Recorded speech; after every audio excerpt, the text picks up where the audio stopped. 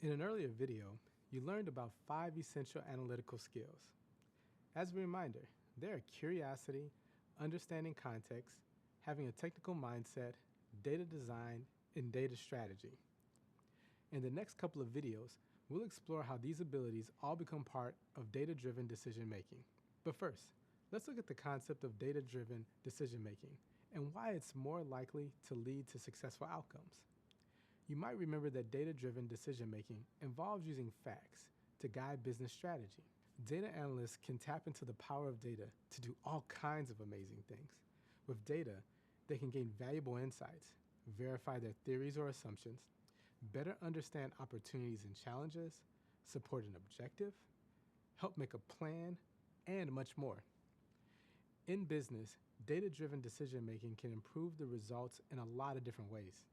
For example, making and selling ice cream. They could guess what flavors customers would like, but there's a better way to get the information. The farmer could survey people and ask them what flavors they prefer. This gives the farmer the data they need to pick ice cream flavors people will enjoy. Here's another example. Let's say the president of an organization is curious about what perks employees value most.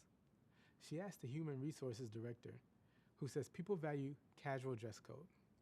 It's a good backs it up with the fact that he sees a lot of people wearing jeans and t-shirts. But what if this company were to use a more structured employee feedback process, such as a survey? It might reveal that employees actually enjoy free public transportation cards the most. The human resources director just didn't realize that because he drives to work. These are just some of the benefits of data-driven decision making. It gives you greater confidence about your choice and your abilities to address business challenges. It helps you become more proactive when an opportunity presents itself, and it saves you time and effort when working towards a goal. Now let's learn more about how these 5 skills help you tap into all the potential of data-driven decision making. First, think about curiosity and context. The more you learn about the power of data, the more curious you're likely to become. You'll start to see patterns in relationships in everyday life, whether you're reading the news, watching a movie, or going to an appointment across town. The analysts take their thinking a step further by using context to make predictions, research answers, and eventually draw conclusions about what they've discovered. This natural process is a great first step in becoming more data-driven. Having a technical mindset comes next. Everyone has instincts, or, as in the case of our human resources director example, gut feelings. Data analysts are no different. They have gut feelings too, but they've trained themselves to build on those feelings and use a more technical approach to explore them. They do this by always seeking out the facts, putting them to work through analysis, and using the insights they gain to make informed decisions. Next, we come to data design, which has a strong connection to data-driven decision making. To put it simply, designing your data so that it's organized in a logical way makes it easy for data analysts to access, understand, and make the most of available information. And it's important to keep in mind that data design doesn't just apply to databases.